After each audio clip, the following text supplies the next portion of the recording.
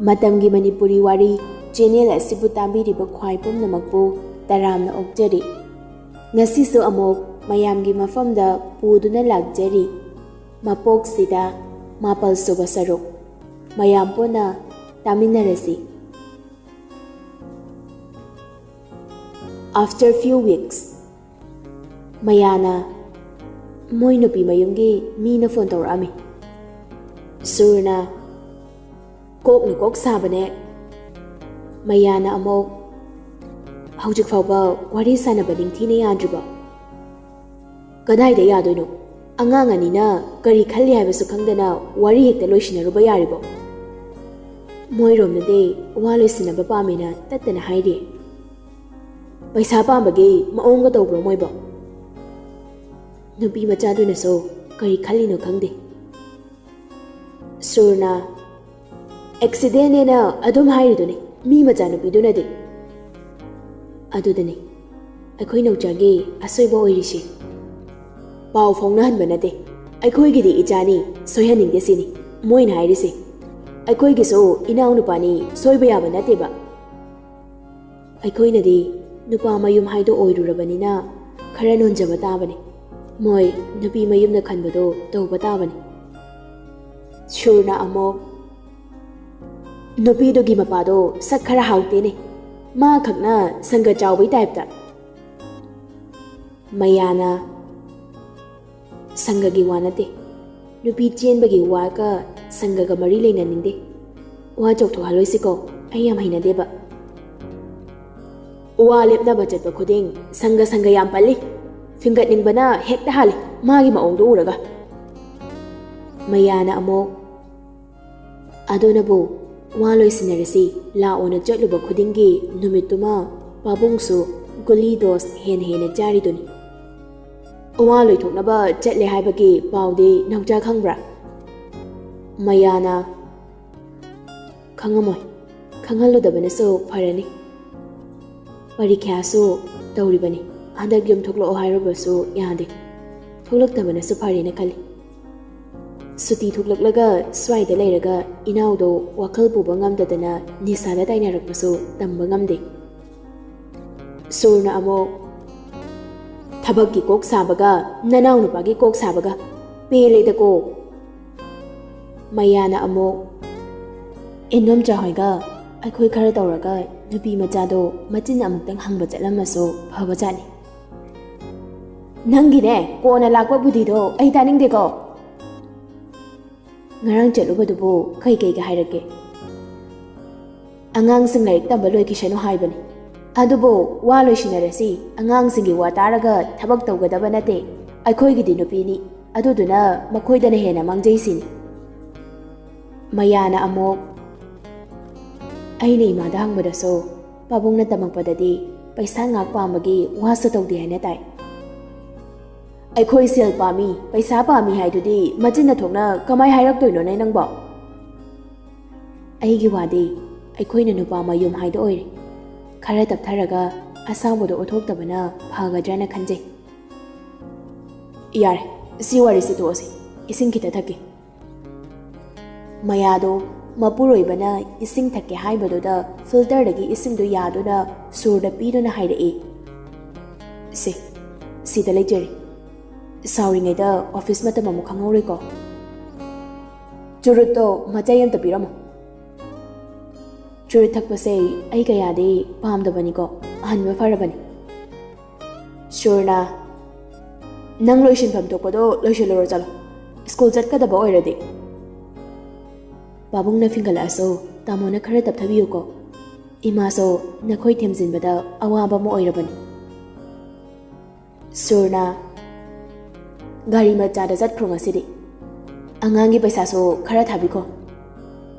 Mayana hoi. Nakan amaromdana lainjing so mayum thoklakduna mamagi manakta nungaina kena mauna leije. Hanagum nga machinjak thaba nga na machinjak chaba singdo yengjaduna leijari. Madu ubada maithongda momon minok tamje. Nungsinaba haurakpada ngairibagi pau phongnadradi leiba ngamdabagum nupadaso message pungthada thajilai. ꯇꯥꯕ꯭ꯔꯣ? ꯇꯥꯔꯤꯕꯣ? ꯇꯥꯕ꯭ꯔꯣ? Hello hello, ꯇꯥꯕ꯭ꯔꯣ? ꯇꯥꯕ꯭ꯔꯣ ꯃꯤ? ꯂꯥꯏꯖꯤꯡꯗꯣ ꯁꯥꯌꯣꯟꯒꯤ message ꯃꯌꯥꯝꯗꯣ ꯎꯕꯗ ꯑꯃꯨꯛꯇꯪ reply ꯇꯧꯏ꯫ ꯇꯥꯏꯌꯦ ꯇꯥꯏꯌꯦ꯫ ꯁꯥꯌꯣꯟꯅ ꯃꯦꯁꯦꯖ ꯁꯨꯡꯌꯦꯡ ꯌꯦꯡꯗ꯭ꯔꯤ ꯀꯩꯒꯤꯅꯣ? ꯑꯩ ꯉꯥ ꯃꯌꯥꯝꯗꯣ ꯃꯆꯤꯟꯖꯥꯛ ꯄꯤꯖꯔꯨꯕ꯫ ꯑꯗꯨ ꯑꯣꯏꯔꯁꯨ ꯂꯥꯏꯔꯦꯝꯕꯤꯒ ꯄꯥꯎ ꯐꯥꯎꯅꯗ꯭ꯔꯗꯤ ꯑꯩ ꯉꯥꯎꯒꯦ ꯇꯧꯏꯅꯦ꯫ ꯂꯥꯏꯖꯤꯡ ꯍꯥꯏꯐꯦꯠ ꯅꯣꯛꯐꯦꯠ ꯇꯧꯏ ꯁꯥꯌꯣꯟꯒꯤ ꯋꯥꯗꯨꯗ, ꯑꯗꯨꯒ ꯔꯤꯄ꯭ꯂꯥꯏ ꯑꯃꯃꯨꯛ ꯁꯠ ꯄꯤꯁꯤꯜꯂꯤ꯫ ꯊꯥꯖꯔꯦꯍꯦ ꯌꯥꯝ ꯑꯣꯏꯗꯕ ꯉꯥꯡꯉꯒ ꯅꯪꯅ꯫ ꯀꯃꯥꯏ ꯊꯥꯖꯍꯟꯗꯣꯏꯅꯣ? ꯂꯥꯏꯖꯤꯡ ꯑꯃꯨꯛꯀꯁꯨ ꯍꯥꯏꯐꯦꯠ ꯅꯣꯛꯐꯦꯠ ꯇꯧꯏ, ꯑꯗꯨꯒ ꯑꯩꯅ ꯈꯪꯕ꯭ꯔꯣ, ꯑꯋꯣꯏꯕ ꯋꯥꯁꯨ ꯑꯃꯠꯇ ꯉꯥꯡꯗꯦ꯫ ꯑꯃꯨꯛ ꯅꯥꯕ ꯍꯧꯔꯛꯑꯒꯦ? ꯀꯤꯟ ꯊꯤꯟꯗꯠꯀꯦ ꯑꯗꯨꯗꯤ ꯐꯅꯕ꯫ ꯀꯤꯟꯅ ꯊꯤꯟꯗꯠꯄ ꯂꯥꯛꯄꯗ ꯆꯠꯈꯤꯗꯅꯕ ꯐꯥꯔꯒ ꯊꯝꯒꯦ ꯑꯗꯨꯗꯤ꯫ ꯂꯥꯏꯖꯤꯡꯗꯣ ꯍꯟꯗꯛꯁꯨ ꯅꯣꯛꯐꯦꯠ ꯇꯧꯅ ꯅꯪꯅ ꯎꯗꯅꯕ ꯄꯨꯠ ꯑꯣꯜꯂꯒ ꯂꯥꯛꯀꯅꯤ ꯂꯣꯠꯂꯒ꯫ ꯁꯥꯌꯣꯟꯗꯣ ꯃꯦꯁꯦꯖ ꯏꯅ ꯏꯅ ꯅꯣꯛꯂꯒ ꯌꯥꯝ ꯅꯨꯡꯁꯤꯍꯜꯂꯤꯁꯦ ꯀꯩꯒꯤꯅꯣ? ꯂꯥꯏꯔꯦꯝꯕꯤꯅꯤ ꯀꯩꯅꯣ꯫ ꯁꯥꯌꯣꯟ ꯅꯣꯛꯂꯒ ꯃꯩꯇꯩ ꯆꯝꯄ꯭ꯔꯥ꯫ ꯂꯥꯏꯖꯤꯡꯅ ꯋꯥꯈꯜ ꯍꯣꯡꯒꯅꯨ, ꯅꯃꯤꯠ ꯌꯥꯝꯃꯛꯀꯅꯨꯀꯣ꯫ ꯁꯥꯌꯣꯟꯅ ꯑꯩꯗꯤ ꯂꯦꯞꯆꯔꯦ꯫ ꯂꯥꯏꯖꯤꯡꯅ ꯑꯃꯨꯛ ꯐꯝꯈ꯭ꯔꯗꯤ ꯂꯨꯍꯣꯡꯐꯥꯟꯗꯔꯣ? ꯂꯥꯏꯖꯤꯡꯅ ꯍꯩꯃꯥ, ꯅꯨꯄꯥ ꯀꯣꯏꯔꯒ ꯆꯪꯉꯛꯑꯗꯤ ꯐꯨꯅꯤꯍꯦ꯫ ꯂꯥꯏꯖꯤꯡꯅ ꯑꯩꯅ ꯆꯪꯉꯛꯄꯗ ꯀꯣꯏꯔꯒ ꯂꯩꯔꯝꯗꯣꯏꯅꯦ ꯅꯪꯅ꯫ ꯑꯗꯣ ꯑꯩ ꯊꯕꯛ ꯃꯌꯥꯝ ꯂꯣꯏꯁꯤꯟꯗ꯭ꯔꯤ, ꯑꯩ ꯉꯥꯏꯔꯝꯃꯣ, ꯀꯅꯥ ꯃꯦꯁꯦꯖ ꯊꯥꯅꯔꯝꯒꯅꯨꯀꯣ꯫ ꯁꯥꯌꯣꯟꯗꯣ ꯂꯥꯏꯖꯤꯡꯒꯤ ꯃꯦꯁꯦꯖꯇꯨ ꯎꯕꯗ ꯃꯆꯤꯟꯒ ꯈꯨꯝꯖꯤꯜꯂꯒ ꯅꯣꯛꯏ, ꯑꯗꯨꯒ ꯅꯣꯛꯅ ꯅꯣꯛꯅ ꯔꯤꯄ꯭ꯂꯥꯏ ꯑꯃꯃꯨꯛ ꯄꯤꯔꯛꯏ꯫ ꯌꯥꯝ ꯅꯨꯡꯁꯤꯍꯜꯂꯒ ꯊꯝꯃꯝꯒꯅꯨ, ꯑꯩꯁꯨ ꯂꯥꯛꯀꯦ꯫ ꯂꯥꯏꯖꯤꯡꯅ ꯅꯪꯕꯨ ꯍꯨꯏꯔꯣ? ꯍꯨꯏ ꯅꯠꯇ꯭ꯔꯁꯨ ꯅꯪꯒꯤ ꯅꯇꯨꯡꯗꯤ ꯀꯣꯏꯏꯟ ꯏꯟꯅꯗꯣꯏꯅꯤ ꯀꯩꯅꯣ꯫ ꯂꯥꯏꯖꯤꯡꯅ ꯏꯀꯥꯏꯗꯕꯧ, ꯑꯩꯈꯣꯏ ꯅꯨꯄꯤꯗꯗꯤ ꯏꯀꯥꯏꯕꯤꯗꯦ꯫ ꯃꯥꯏ ꯊꯥꯕꯁꯤꯗꯤ꯫ ꯁꯥꯌꯣꯟꯕ ꯂꯥꯏꯖꯤꯡꯅ ꯍꯦꯛ ꯑꯣꯐꯂꯥꯏꯟ ꯂꯩꯈꯤꯕꯒ ꯃꯦꯁꯦꯖ ꯃꯌꯥꯝꯗꯣ ꯑꯃꯨꯛ ꯃꯀꯣꯛꯇꯩ ꯄꯥꯔꯒ ꯃꯇꯣꯝꯇ ꯅꯣꯛꯆꯩ, ꯄꯨꯡꯍꯥꯗ ꯍꯔꯥꯎꯖꯩ, ꯏꯁꯩꯁꯨ ꯄꯨꯡꯁꯛꯇ ꯁꯛꯆꯩ꯫ ꯔꯥꯖꯅ ꯃꯧ ꯑꯅꯧꯕꯤꯗꯨ ꯃꯉꯥꯏꯈ꯭ꯔꯦꯍꯦ, ꯌꯦꯡꯅꯤꯡꯗꯕꯅ꯫ ꯁꯣꯝꯗꯅ ꯁꯨꯔꯅ ꯋꯥꯁꯦ ꯂꯣꯏꯁꯤꯟꯅꯕ ꯇꯧꯔꯁꯤ, ꯑꯉꯥꯡ ꯃꯁꯦꯜꯁꯨ ꯄꯥꯎ ꯐꯥꯎꯅꯗ꯭ꯔꯕꯅꯤꯅ ꯀꯩꯗꯧꯔꯨꯅꯤ꯫ ꯏꯃꯣꯅ ꯋꯥꯁꯦ ꯑꯩꯗꯤ ꯅꯍꯥꯟꯅ ꯂꯣꯏꯁꯤꯟꯅꯤꯡꯉꯕꯅꯤ, ꯏꯆꯥꯁꯦ ꯃꯄꯥꯟ ꯊꯣꯛꯄ ꯃꯤꯔꯛ ꯇꯤꯟꯕ ꯉꯝꯗ꯭ꯔꯦ꯫ ꯁꯨꯔꯅ ꯑꯩꯈꯣꯏꯅ ꯇꯞꯊꯍꯧꯗꯕꯅ ꯂꯥꯟꯕ ꯍꯥꯏꯗꯣ ꯊꯣꯛꯏ꯫ ꯏꯃꯣꯅ ꯑꯃꯨꯛ ꯋꯥ ꯂꯦꯞꯅꯕ ꯂꯥꯛꯄꯗ ꯃꯄꯥ ꯏꯕꯨꯡꯉꯣ ꯌꯥꯎꯔꯛꯇ꯭ꯔꯤꯁꯤꯕꯨ? ꯄꯥꯕꯨꯡꯗꯣ ꯃꯁꯥ ꯉꯝꯃꯟꯗꯕꯗꯒꯤ ꯗꯣꯛꯇꯔꯅ ꯄꯣꯊꯥꯅꯕ ꯍꯥꯏꯗꯅ ꯀꯟꯅ ꯍꯥꯏꯔꯛꯄꯗꯒꯤ ꯌꯥꯎꯔꯛꯄ ꯉꯝꯖꯗ꯭ꯔꯦ꯫ ꯕꯤꯔꯅ ꯃꯄꯥ ꯏꯕꯨꯡꯉꯣꯅꯁꯨ ꯃꯌꯥꯝꯕꯅꯁꯨ ꯈꯔ ꯇꯞꯊꯕꯤꯔꯒ ꯋꯥꯁꯦ ꯉꯁꯤ ꯊꯥꯡꯒꯩ ꯁꯦꯡꯅ ꯂꯣꯏꯁꯤꯟꯅꯔꯁꯦꯅꯁꯨ ꯀꯧꯕꯤꯔꯛꯂꯕꯅꯤꯅ ꯂꯣꯏꯁꯤꯟꯅꯕ ꯇꯧꯔꯁꯤ꯫ ꯑꯗꯣꯝꯅ ꯅꯨꯄꯤ ꯃꯄꯥ ꯍꯥꯏꯕꯗꯣ ꯑꯣꯏꯔꯕꯅꯤꯅ ꯑꯗꯣꯝꯒꯤ ꯑꯄꯥꯝꯕꯗꯣ ꯐꯣꯡꯗꯣꯛꯄꯤꯔꯛꯑꯣ꯫ ꯏꯃꯣꯅ ꯏꯆꯥꯁꯦ ꯂꯩꯁꯥꯕꯤꯅꯤ, ꯆꯦꯜꯂꯨꯕꯃꯛꯇꯤ ꯅꯠꯇꯦ, ꯑꯗꯨꯒꯤꯁꯨ ꯃꯊꯛꯇ ꯑꯇꯣꯞꯄ ꯃꯁꯥ ꯃꯁꯥ ꯌꯥꯅꯗꯨꯅ ꯅꯨꯡꯁꯤꯅꯖꯕꯁꯨ ꯂꯩꯖꯔꯤ, ꯑꯗꯨꯅ ꯑꯗꯣꯝꯒꯤ ꯏꯅꯥꯎꯅꯨꯄꯥꯗꯣ ꯑꯗꯨ ꯍꯥꯟꯅ ꯑꯝꯇ ꯋꯥꯔꯛꯄꯤꯔꯣ꯫ ꯕꯤꯔꯅ ꯆꯤꯡꯅꯗꯅ ꯍꯦꯛꯇ ꯍꯥꯏꯕꯤꯌꯨ, ꯀꯌꯥ ꯊꯤꯟꯖꯔꯛꯎꯒꯦ? ꯏꯃꯣꯅ ꯄꯩꯁꯥꯒꯤ ꯋꯥꯐꯝꯂꯥ? ꯃꯗꯨ ꯀꯣꯟꯅ ꯈꯟꯅꯕꯅ ꯐꯒꯅꯤꯅ ꯈꯟꯖꯩ꯫ ꯁꯨꯔꯅ ꯑꯃꯨꯛ ꯑꯗꯨꯗꯤ ꯆꯠꯆꯔꯨꯈꯤꯒꯦ ꯄꯥꯕꯨꯡ꯫ ꯕꯤꯔꯅ ꯃꯄꯥ ꯏꯕꯨꯡꯉꯣ ꯚꯛꯇꯤ ꯑꯃꯇ꯫ ꯂꯥꯛꯃꯤꯟꯅꯔꯤꯕ ꯑꯍꯜ ꯑꯃꯗꯨꯁꯨ ꯕꯤꯔꯒ ꯄꯨꯟꯅ ꯚꯛꯇꯤ ꯇꯧꯏ꯫ ꯏꯃꯣꯅ ꯌꯥꯔꯦ ꯌꯥꯔꯦ, ꯋꯥ ꯍꯥꯏꯕꯨ ꯁ꯭ꯋꯥꯏꯗ ꯂꯣꯏꯔꯦꯅꯦ꯫ ꯕꯤꯔꯅ ꯑꯃꯨꯛ ꯂꯦꯡꯊꯣꯛꯆꯔꯨꯈꯤꯒꯦ ꯑꯗꯨꯗꯤ꯫ ꯏꯃꯣꯅ ꯐꯅꯤ꯫ ꯃꯌꯥꯝꯕꯁꯨ mayum yaurakla fauba isau langba lefte. Mayana kari kari di hairuklage. Surna ising glass amta hana puthoro. Ahoy. Mayana ising do puthoraktuna surda pi. Surso ising do thaklaga Nungcthoi pau pikigadra. Pidabana faranida. Surna amok nangso wase khara makai di khangamni. Wano singna tamo ingonda. Nupiduga Nungcthoi karamna thoktoksigi victim oiribano haibado nang khara de khangamnida.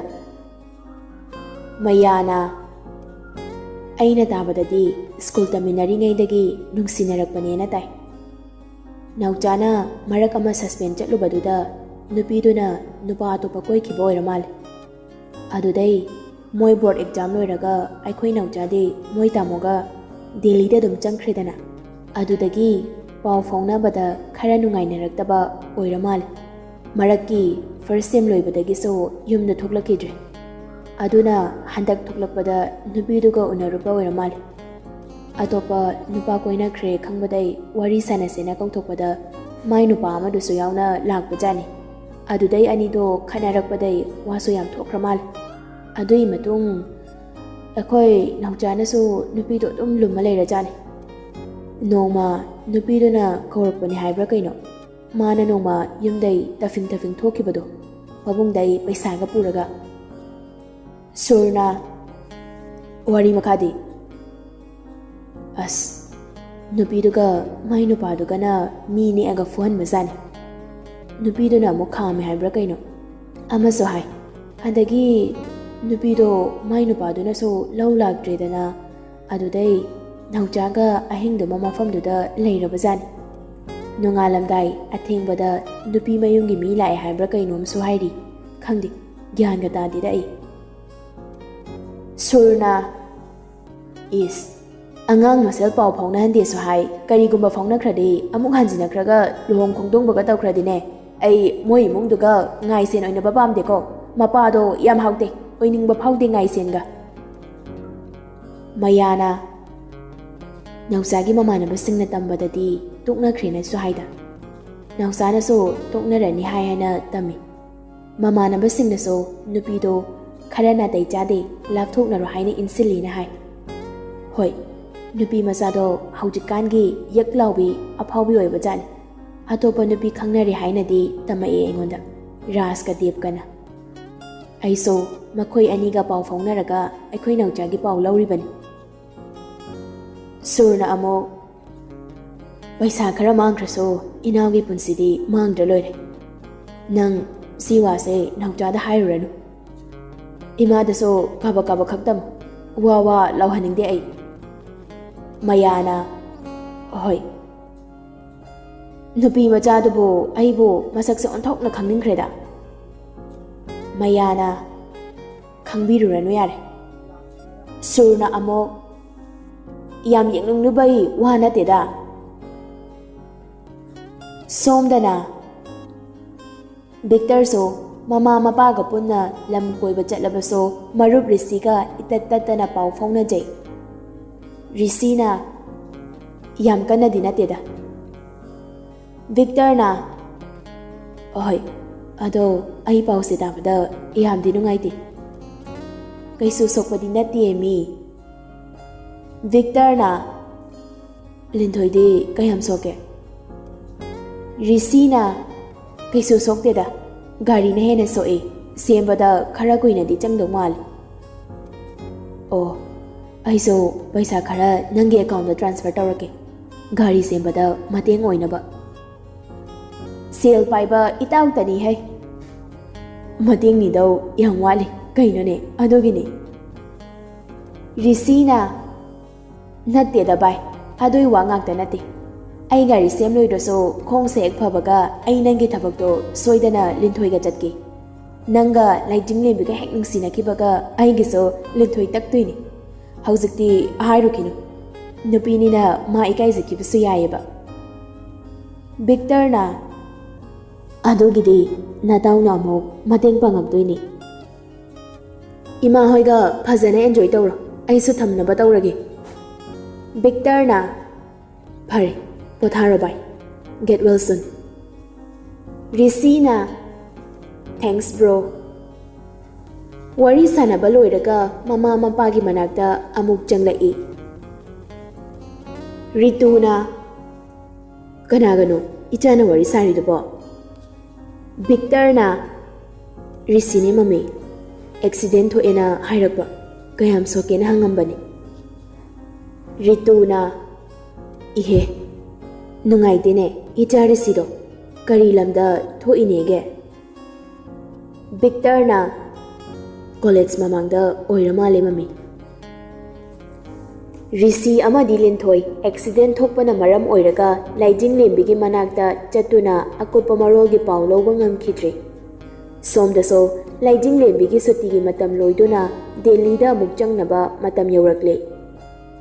ꯂꯥꯏꯖꯤꯡꯂꯦꯝꯕꯤ ꯑꯃꯗꯤ ꯁꯥꯌꯣꯟꯕꯒꯤ ꯅꯨꯡꯁꯤꯕꯒꯤ ꯏꯆꯦꯜꯁꯨ ꯅꯣꯡꯃ ꯅꯣꯡꯃꯒꯤ ꯀꯟꯈꯠꯂꯛꯏ. ꯅꯨꯡꯁꯤꯅꯕꯁꯨ ꯅꯣꯡꯃ ꯅꯣꯡꯃꯒꯤ ꯍꯦꯟꯒꯠꯂꯛꯏ. ꯁꯥꯌꯣꯟꯕꯅ ꯂꯥꯏꯖꯤꯡꯂꯦꯝꯕꯤꯕꯨ ꯑꯗꯨꯛꯀꯤ ꯃꯇꯤꯛ ꯅꯨꯡꯁꯤꯖꯩ. ꯂꯥꯏꯖꯤꯡꯂꯦꯝꯕꯤꯅꯁꯨ ꯁꯥꯌꯣꯟꯕꯒꯤ ꯃꯑꯣꯡ ꯃꯇꯧꯗ ꯅꯣꯡꯃ ꯅꯣꯡꯃꯒꯤ ꯅꯨꯡꯁꯤꯖꯕ ꯄꯥꯝꯖꯕ ꯍꯦꯜꯂꯛꯂꯤ. ꯉꯁꯤ ꯐꯥꯎꯕ ꯃꯈꯣꯏ ꯑꯅꯤ ꯅꯨꯡꯁꯤꯅꯔꯛꯄꯗ ꯅꯣꯡꯃꯇ ꯈꯠꯅꯕ ꯁꯥꯎꯅꯕ ꯌꯥꯎꯗ꯭ꯔꯤ. ꯑꯃꯅ ꯑꯃꯕꯨ ꯑꯗꯨꯛꯀꯤ ꯃꯇꯤꯛ ꯊꯥꯖꯅꯩ. ꯁꯥꯌꯣꯟꯕꯅꯁꯨ ꯂꯥꯏꯖꯤꯡꯂꯦꯝꯕꯤꯅ ꯅꯨꯡꯉꯥꯏꯔꯣꯏꯗꯕ ꯁꯥꯎꯒꯗꯕ ꯊꯕꯛ ꯇꯧꯖꯗꯦ. ꯑꯗꯨꯒ ꯂꯥꯏꯖꯤꯡꯂꯦꯝꯕꯤꯅꯁꯨ ꯁꯥꯌꯣꯟꯕꯅ ꯁꯥꯎꯒꯗꯕ ꯊꯕꯛ ꯇꯧꯖꯗꯦ. ꯄꯨꯝꯅꯃꯛꯁꯤꯅ ꯃꯔꯝ ꯑꯣꯏꯔꯒ ꯅꯨꯄꯥ ꯅꯨꯄꯤ ꯑꯅꯤꯃꯛ ꯅꯨꯡꯁꯤꯕꯒꯤ ꯏꯄꯥꯛꯇ ꯇꯧꯃꯤꯟꯅꯔꯤ. ꯐꯣꯟꯗ ꯁꯥꯌꯣꯟꯅ ꯍꯦꯜꯂꯣ. ꯂꯥꯏꯖꯤꯡꯅ ꯍꯧꯒꯠꯇ꯭ꯔꯤꯕꯣ? ꯁꯥꯌꯣꯟꯅ ꯑꯃꯨꯛ ꯑꯣꯏ ꯍꯧꯒꯠꯇ꯭ꯔꯤꯌꯦ. ꯂꯥꯏꯖꯤꯡꯅ ꯌꯥꯍꯧ ꯊꯦꯡ. ꯅꯨꯄꯥꯗꯤ ꯈꯔ ꯊꯦꯡꯉꯒꯅ ꯅꯨꯄꯥ ꯃꯥꯟꯗ꯭ꯔꯣ? ꯃꯥꯟꯗꯦ ꯉꯜꯂꯒꯅ ꯍꯦꯟꯅ ꯅꯨꯡꯁꯤ. ꯁꯥꯌꯣꯟꯗꯣ ꯂꯥꯏꯖꯤꯡꯒꯤ ꯋꯥꯗꯨꯗ ꯃꯃꯤꯠꯀꯗꯨ ꯈꯪꯁꯤꯡ ꯁꯤꯡꯗꯣꯔꯛꯏ. ꯑꯗꯨꯒ ꯍꯌꯦꯡꯗꯩ ꯌꯥꯝ ꯉꯜꯂꯣ ꯍꯥꯏꯔꯣ? ꯂꯥꯏꯖꯤꯡꯅ ꯑꯩꯅ ꯈꯪꯕ꯭ꯔꯣ ꯑꯗꯨꯕꯣ? ꯍꯧꯒꯠꯂꯣꯗꯅ. ꯌꯥꯗꯦ ꯅꯪꯒ ꯉꯥꯏꯍꯥꯛ ꯋꯥꯔꯤ ꯁꯥꯈꯤꯗꯣꯏꯅꯦ. ꯑꯩ ꯊꯕꯛ ꯃꯌꯥꯝ ꯂꯩꯔꯤꯕꯅꯤ. ꯋꯥꯔꯤ ꯁꯥꯟꯅ ꯁꯥꯟꯅꯅ ꯑꯗꯨꯝ ꯇꯧ. ꯌꯥꯅꯤ. ꯏꯃꯥ ꯂꯩ. ꯌꯥꯔꯣꯏ. ꯑꯩ ꯁꯠ ꯂꯣꯏꯁꯤꯜꯂꯨꯔꯒ ꯂꯥꯛꯀꯦꯕ. ꯅꯪꯁꯨ ꯍꯧꯒꯠꯄꯤꯔꯝꯃꯣ. ꯕ꯭ꯔꯁ ꯇꯧꯔꯨꯔꯒ ꯂꯣꯏꯔꯒ ꯍꯥꯏꯔꯛꯑꯣ. ꯇꯥꯟꯖꯥꯗꯨꯗ ꯑꯟꯅꯣꯟ ꯅꯝꯕꯔ ꯑꯃꯅ ꯀꯣꯜ ꯇꯧꯁꯤꯜꯂꯛꯏ ꯁꯥꯌꯣꯟꯕꯒꯤ ꯅꯝꯕꯔꯗꯨꯗ. ꯀꯣꯜ ꯇꯧꯔꯛꯏꯕ ꯅꯝꯕꯔꯗꯣ ꯀꯅꯥꯅꯣ ꯌꯦꯡꯕꯗ ꯂꯥꯏꯖꯤꯡꯂꯦꯝꯕꯤꯅ ꯍꯥꯏꯔꯤꯕ ꯋꯥꯁꯤꯡꯗꯣ ꯇꯥꯔꯨꯗ꯭ꯔꯦ. ꯂꯥꯏꯖꯤꯡꯅ ꯇꯥꯕ꯭ꯔꯣ? ꯁꯥꯌꯣꯟꯅ ꯑꯥꯎ. ꯂꯥꯏꯖꯤꯡꯅ ꯑꯃꯨꯛ ꯇꯨꯝꯊꯔꯕꯣ ꯑꯃꯨꯛ? ꯇꯨꯝꯗꯤꯌꯦ. ꯇꯥꯔꯤꯌꯦ. ꯕ꯭ꯔꯁ ꯇꯧꯔꯨꯔꯣ. ꯂꯣꯏꯔꯒ ꯍꯥꯏꯔꯛꯑꯣꯕ. ꯍꯣꯏ ꯕꯦꯕꯤ ꯊꯝꯃꯒꯦ. ꯐꯣꯟꯗꯣ ꯁꯠ ꯀꯛꯊꯠꯂꯒ ꯅꯝꯕꯔꯗꯨ ꯀꯅꯥꯅꯣ ꯈꯟꯗꯨꯅ ꯃꯨꯟꯅ ꯌꯦꯡꯗꯨꯅ ꯂꯩ. ꯉꯥꯏꯍꯥꯛ ꯑꯗꯨꯛ ꯌꯦꯡꯂꯤꯉꯩꯗꯨꯗ ꯑꯃꯨꯛꯁꯨ ꯀꯣꯜ ꯇꯧꯁꯤꯜꯂꯛꯏ. ꯍꯦꯜꯂꯣ. ꯕꯦꯔꯣꯅ ꯁꯥꯌꯣꯟꯕ. ꯁꯥꯌꯣꯟꯅ ꯑꯃꯨꯛ ꯀꯅꯥ? ꯕꯦꯔꯣꯅ ꯑꯩ ꯅꯤꯡꯁꯤꯡꯂꯤꯕ꯭ꯔꯣ? ꯀꯅꯥ? ꯑꯩ ꯅꯤꯡꯁꯤꯡꯗ꯭ꯔꯕꯣ? ꯅꯤꯡꯁꯤꯡꯕ ꯊꯣꯛꯇ꯭ꯔꯦ. ꯀꯅꯥ ꯑꯣꯏꯕꯤꯔꯕꯅꯣ? ꯕꯦꯔꯣꯅꯤꯀꯥꯅ ꯌꯥꯝ ꯍꯣꯡꯉꯝꯃꯦ. ꯁꯥꯌꯣꯟꯕ ꯍꯧꯖꯤꯛꯇꯗ ꯈꯪꯂꯛꯂꯤ ꯀꯣꯜ ꯇꯧꯔꯛꯂꯤꯕ ꯃꯤꯗꯣ ꯀꯅꯥꯅꯣ ꯍꯥꯏꯕ. ꯑꯗꯨꯅ ꯃꯥꯁꯨ ꯃꯥꯒꯤ ꯊꯣꯛꯄ ꯑꯃ ꯈꯨꯝꯖꯤꯜꯂꯛꯏ. ꯑꯗꯨ ꯈꯪꯉꯤꯗꯣ ꯐꯩ. ꯑꯩ ꯍꯥꯟꯅꯒꯤ ꯍꯥꯃꯨꯗꯣ ꯑꯣꯏꯗ꯭ꯔꯦ. I am totally changed and this change is all because of you. ꯑꯩ ꯅꯪꯒꯨꯝꯕ ꯅꯠꯇꯕ ꯏꯆꯝ ꯆꯝꯖꯕꯤ ꯀꯅꯥꯒꯨꯝꯕꯤ ꯑꯃꯒꯁꯨ ꯔꯤꯂꯦꯁꯟꯁꯤꯞ ꯂꯩꯔꯦ. So you better stop calling me. ꯅꯪ ꯅꯨꯄꯤꯅꯤ. ꯑꯗꯨꯒꯤꯁꯨ ꯃꯊꯛꯇ ꯇꯊꯤ ꯆꯩꯅꯤꯡꯗꯦ. ꯍꯥꯟꯅꯒꯨꯝꯅꯁꯨ ꯅꯪꯉꯣꯟꯗ ꯅꯣꯟꯖꯔꯔꯣꯏꯌꯦ. ꯑꯁꯥꯎꯕꯅ ꯃꯉꯣꯏꯅꯅ ꯑꯀꯟꯕ ꯋꯥꯍꯩꯁꯤꯡ ꯁꯤꯖꯤꯟꯅꯗꯨꯅ ꯅꯨꯄꯤꯗꯨꯗ ꯇꯊꯤ ꯆꯩꯈꯤ. ꯁꯥꯌꯣꯟꯕ ꯇꯁꯦꯡꯅ ꯋꯥꯈꯜ ꯌꯥꯝ ꯅꯨꯡꯉꯥꯏꯔꯝꯗꯦ. ꯃꯃꯤꯠ ꯎꯏꯁꯤꯟꯗꯨꯅ ꯐꯃꯨꯡꯗꯨꯗ ꯑꯗꯨꯃꯛ ꯍꯤꯐꯇꯨꯅ ꯂꯥꯏꯖꯤꯡꯗ ꯀꯣꯜ ꯇꯧꯒꯅꯤ ꯍꯥꯏꯕ ꯐꯥꯎꯕ ꯀꯥꯎꯕ ꯃꯈꯩ ꯎꯪꯗꯨꯅ ꯂꯩꯔꯤ꯫